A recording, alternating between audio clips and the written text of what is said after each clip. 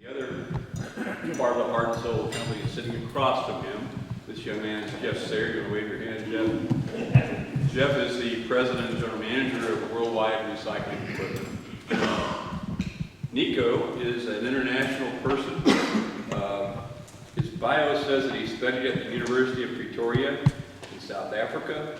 He was certified with the University of Galway in Ireland in high potential startup and venture capital programming. He's had 20 years industry experience in Europe, the Middle East, Africa, and U.S. He came to Moberly after a couple of years of consulting for Worldwide Recycling. And he's been here since 2010? Yep. Correct. And it's really delightful to have him here. He is a person of great knowledge, and what Worldwide does is something that's really bringing great credit to our community. So please welcome Nico Scheeres.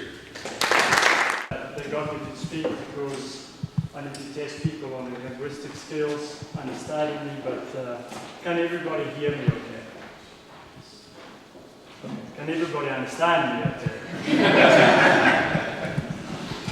I've got some visual aid up here. Worldwide Recycling is big on visual aid, so I thought it's appropriate that I bring some visual aid with me as well. Just going to switch up the lights.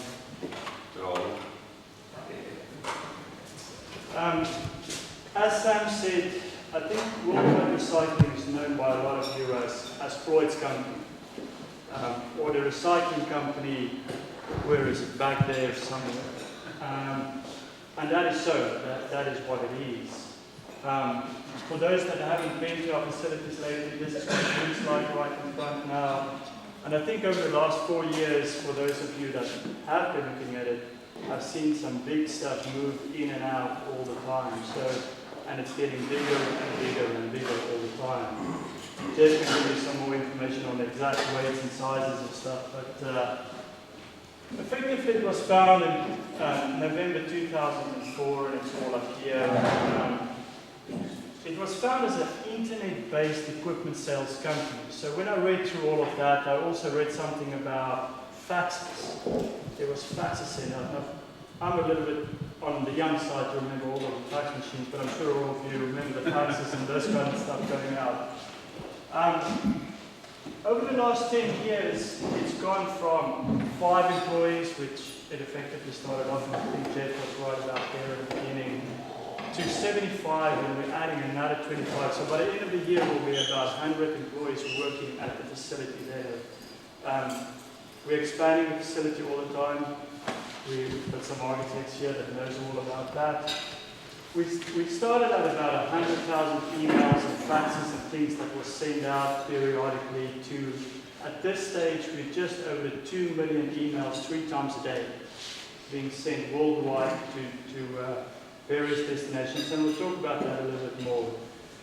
Our sales has more than doubled over the last 4 years, and our target for this year is 20 million, and our target for 2018 is $50 million, is where we're at currently.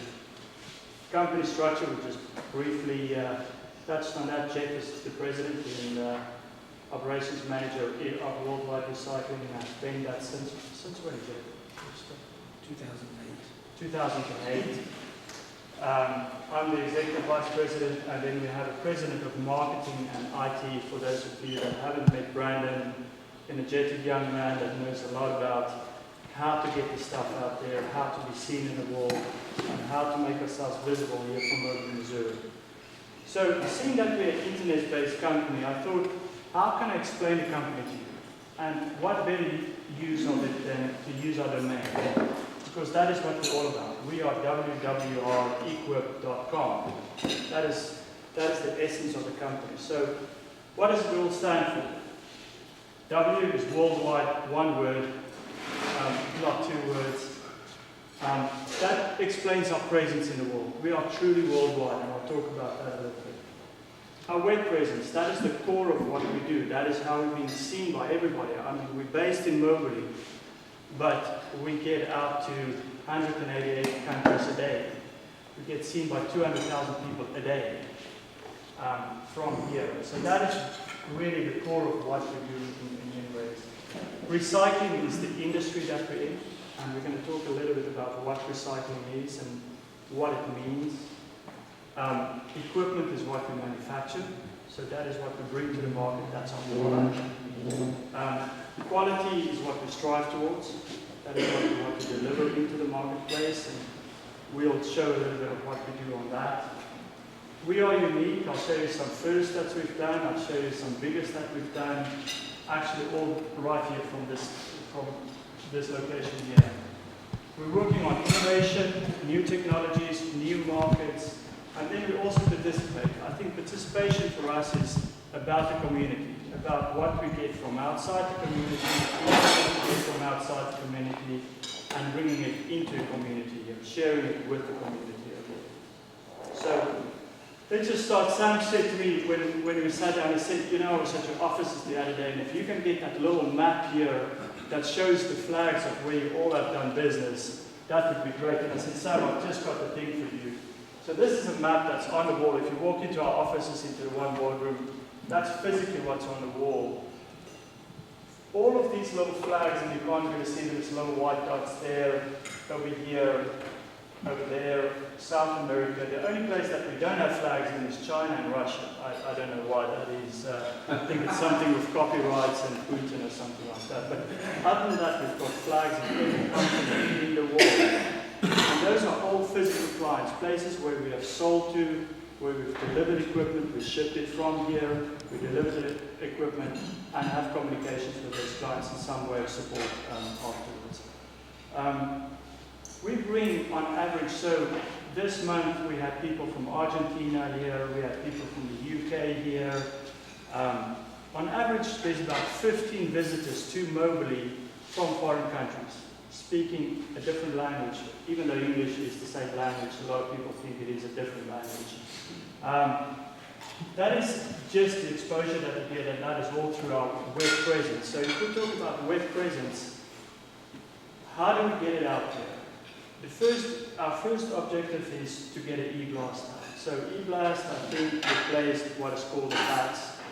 We get 2 million of those. So typically what you would expect every day to see going out of our offices is something looking like that here. Andy there with the video camera is a graphic designer. He does all the graphics on that. So visual is very big for us. We want to look good. We want everything that goes out to grab people's attention. And by grabbing that attention, we get a hit of about 200,000. That's just over 10% of every email that we send out is being clicked on and viewed by someone. What that means is we're not going into their spam. People are actually interested in what we send them, interested in what we're telling them, and then we get calls from them. So that is a fairly high percentage from what I've been told by Brandon. Normally it's about 2%. We're right there at about 10% on that. Our website gets 250 visitors over the last 8 months, so we monitor this per annum. 70,000 unique sessions from search engines. So somebody goes into Google, looks up for, I want a recycling piece of equipment, or I want to remediate something. We get the hit. So Google puts us at the top of the list, and we get that traffic coming to us. So that is fairly high percentages for those of you that understand that. How do we get there? Something called SEO, Service Engine Optimization. So this is by putting a little bit of data out there, a little bit of knowledge out there. So we publish on online magazines. We are published at least 3 or 4 times a month. We put those publications on our websites. All those words that we add to our website makes us more visible for the person searching. So by publishing, we publish things that we've done before. So if we have done something like drying chicken manure, which is an example, and that for reuse, for beneficial reuse, we would publish an entire article on that client. People would then read that article. Every time they read it, we get higher up on that search engine that is available. Social media, you can see at the bottom of this, and on our website everywhere, you'll see the Facebook sites. We are on Twitter. We've got 2,000 friends on Facebook. That's just a little bit less than my wife, I know that. Twitter, we've got quite a few followers on that, 600 followers on Twitter. And LinkedIn, all of you know LinkedIn, 500 followers on LinkedIn. So often I get a question from LinkedIn, how would you do this? How would you remediate that? How would you treat this? And we respond to that. So we're very active on all of those medias. We've introduced something new that's coming here. So when you go down 24 on your left-hand side where the old Walkers building is, soon you'll see a big sign going up saying Worldwide Recycling Testing Center. We're actually now inviting clients to come here, bring their material here, and we'll recycle it here for them, to test it for them here, to see the end result before they invest in big pieces of equipment with us. We then broadcast that live across the web on a dedicated website for people that want to see it in different countries where they want to see the same recycling done on their equipment.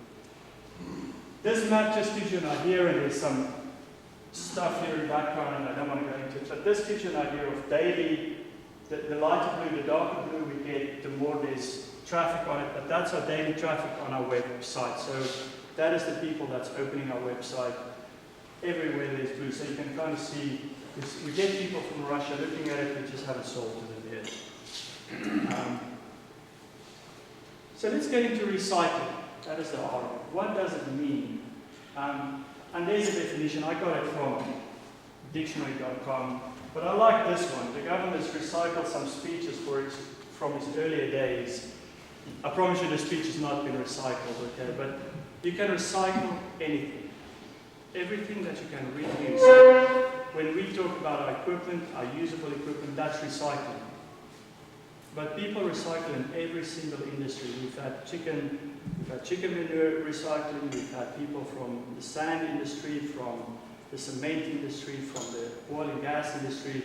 You name it, there's recycling within that. And that's the target market that we have.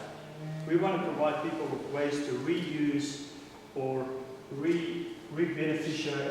beneficiate whatever they have. So let's look at that. I've got a couple of examples, just a few. On a Toughman product, and I'll talk about our Toughman product just now, we do construction demolition waste. We've also got a lot of municipalities using our products there. This is where products can be easily sorted and according to size and picked from a table to separate plastics, wood, metal, that kind of stuff. Other industries that we do is one that's a little bit more complex, so I'm going to start with the easy stuff and then I'm going to get more and more complex as we go on.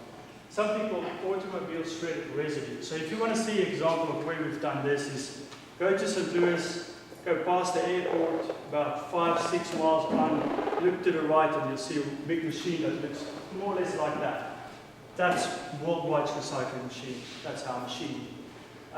What it does is it takes a pile of the old shredded residue. That's the stuff that they ground up and they just landfilled because they thought it was worth nothing in the past. They're now digging that up, putting it through a dryer. We're putting it through a process like this, more or less, where there's magnets and eddy currents and all kinds of separation, vibrating screens. And you get out fluff, you get lead, zinc, copper, and some other metals that you get ferrous metals from there. This client claims to get about $1 million a month worth of metal out of a pile that was just in the ground in the past. So that is the kind of stuff that we do for that. So this one we can do completely. Now a little bit more complex. So we get it to the oil and gas industry. When they drill oil wells, that's what you get. You get drill cuttings. So that is like anybody that's worked with a drill before, you lubricate it, you get some cuttings on the side. There's just a lot of that when you do oil and gas drilling. That's a big contamination in the world, big problem.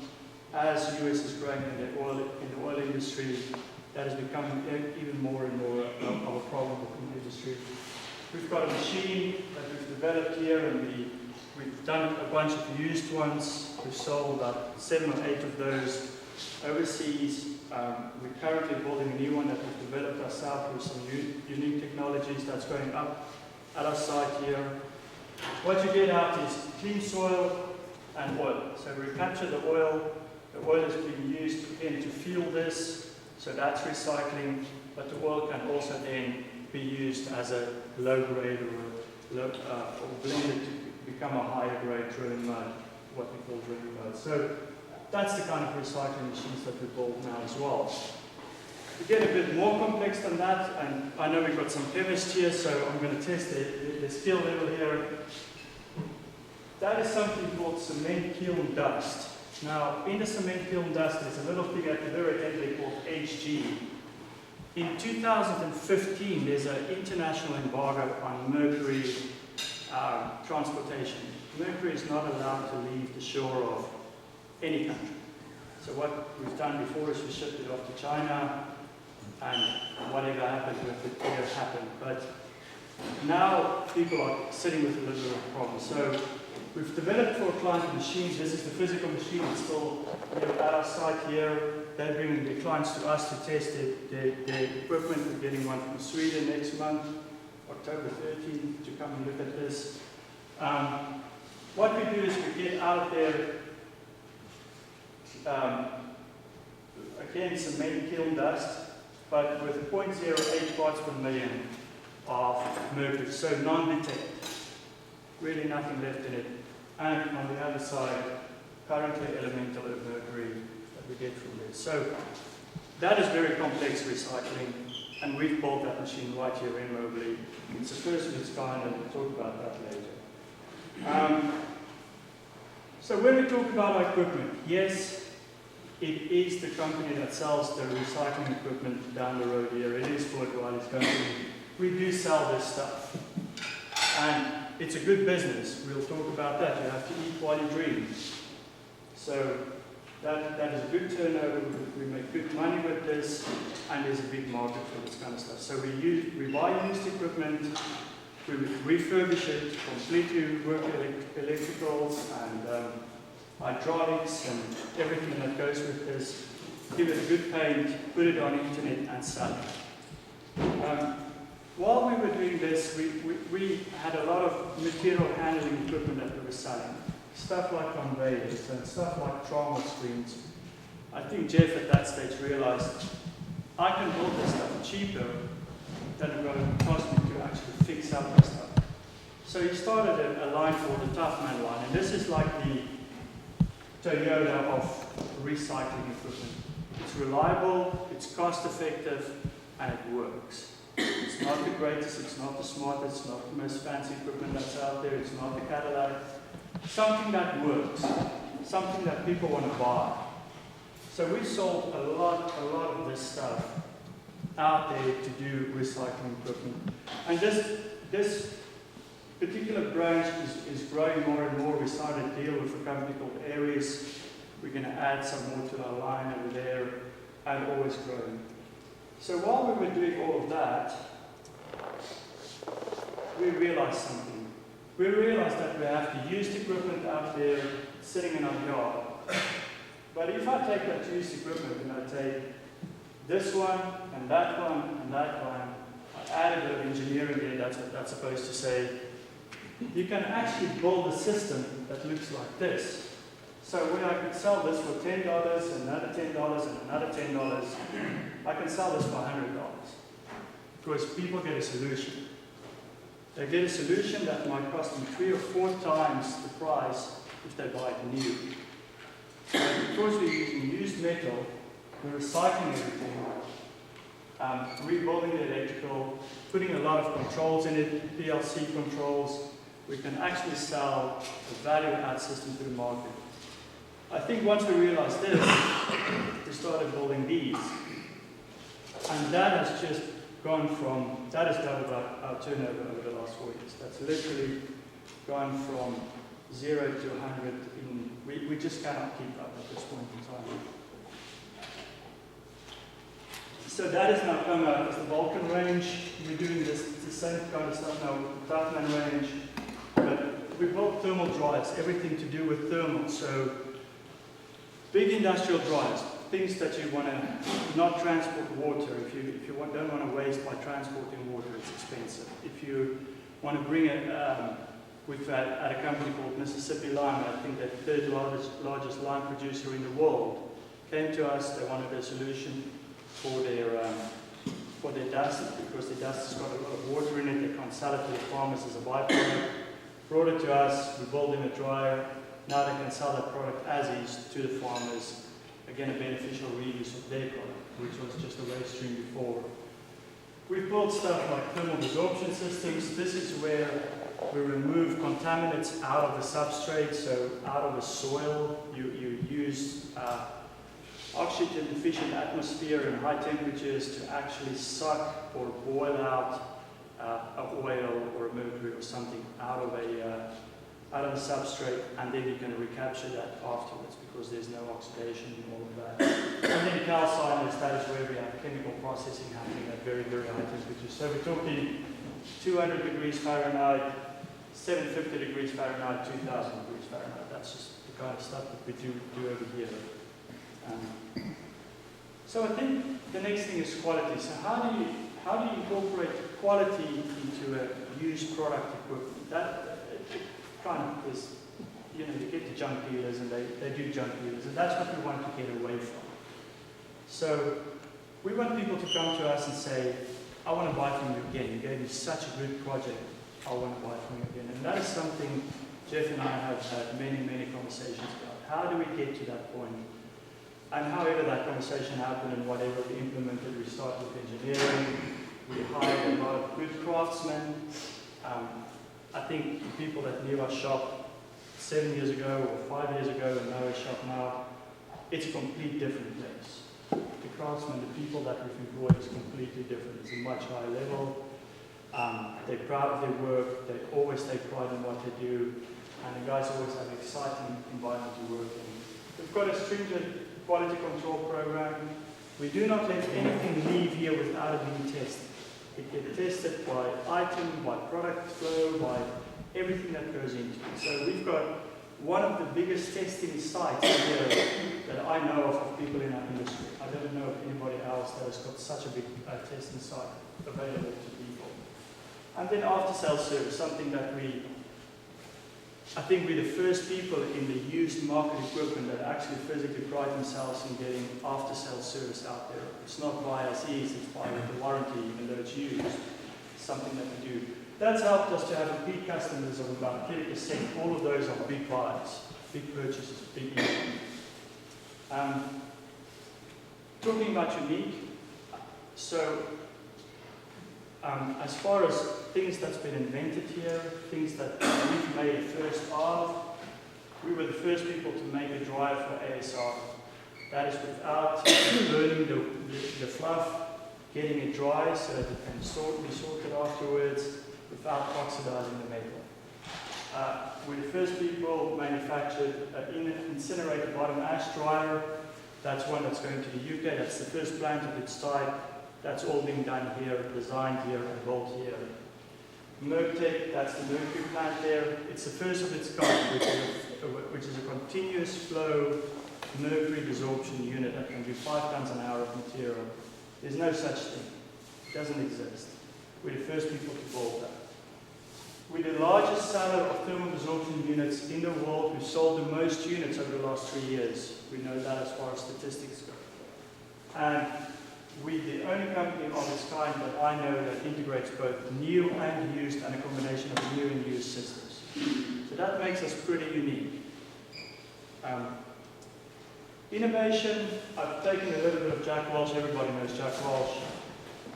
But he had always these little things that he said. And what I like about this, you've got to eat while you dream. But the real success is if you can do both. And I think this is what Floyd has taught us.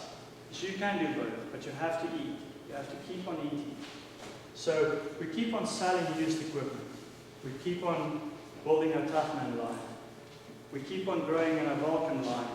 But we have to look at the future as well. There's a future there. There's new stuff that's happening out there. One of the things that we're looking at is wood torrefication.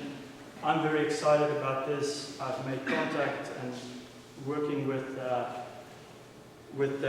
Columbia, the university, people there at the engineering department. This is an alternative to coal plants. This is where we, at a low temperature, desorb the lights out of a wood product. You torrefy it, it's called torrefication. You palletize that. and can be a direct replacement for coal in coal-fired power plants. Where a lot of people are looking at cogeneration, that's got a lot of issues with it. This is something where we can come up and make a direct replacement for that. Another one is the fracking industry. It's the largest growing industry in the US. It's the largest growing industry in the world. They've got a massive problem. They've got all this stuff, they call it brine water. So the oil we can get rid of already, but that water that comes out of there has got 15 to 20 times more salt than the seawater. So it kills everything. If you put it anywhere, it will kill anything around.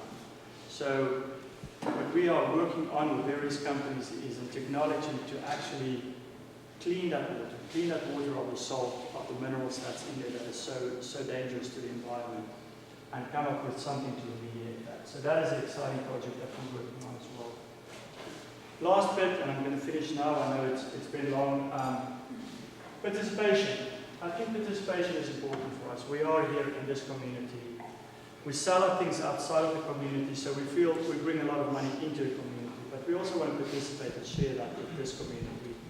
So currently we're looking at we're looking for 25 new positions. That's going to bring us up to 100. So the 75 does not include the 25. There's a list of people, so if you know anybody that falls within those perimeters and looking for a job, please let them come visit us. Lisa's here. Lisa's our HR manager. She will take your name and your number and your resume and take it from there. But also we contribute to charity. We contribute to the town and to its people, to the people that really, really needs it. We've supported more than 89 local charities. I know of about $200,000 that's been given to people, different charities in this town. And just to help them, people that really, really needs it. And I think that is part of what we see as participation as a company as well. And I think that's it. That's the whole WW. Any questions? Some of your unique stuff, do you have patents on that, so somebody that can come in and build something else? Yeah, we're looking at how to patent. We're looking at patents that we want to do on that. That's a lot of what Jeff's background is in. And at this stage, it's all in R&D. We do a lot of research and development. So it's not patentable yet, but we are looking at bringing it out as a patent. Questions? Is your R&D local? Yes. Partly, yes. So we work from here. We do have partners from outside. Some in the US, but outside, and some outside of the US. But we try and do, and everything that we put together, we try and be the manufacturer of equipment and we keep it here. Like the Moberly system, we like having it here, so the client brings his clients to us and run it through there for us to make them a system then. So we prefer having it around us, but you have to consult from outside. There's a lot of smart people out there with good ideas which you have to consult. How are you having issues with translation, language with the different cultures? That's, it's a challenge. We're getting calls that some people, English is challenging or are slightly challenged, or we just get emails that I cannot speak English, but I'm looking for this slightly translated. We do get a lot of those. We've got a group of people that we use as translators. I'm going back here because we're looking for people that is bilingual. I can help a little bit with that, but the majority of languages that does not speak English is all the Hispanic kind of countries, South America, especially Portuguese. So we're looking for a full-time, we often have full-time people, but we are looking for full-time people to work with us to do that translation all the time. Does that answer? It seems that your board requires a lot of certified or technical people. Is your growth somewhat inhibited due to the lack of those individuals in this area? And what can you do about it? It's a challenge. Lisa's smiling at me. Our growth is very much dependent on, because we're looking at quality. Remember, I went through the quality thing. So to maintain that, we do need, and to maintain the growth into the higher technical stuff, we do need people that's educated or qualified. Even on shop floor, we need certified welders. That's part of it. You cannot send something out that does not comply to certain rules and regulations and standards. So we spend a lot of time in searching for those people.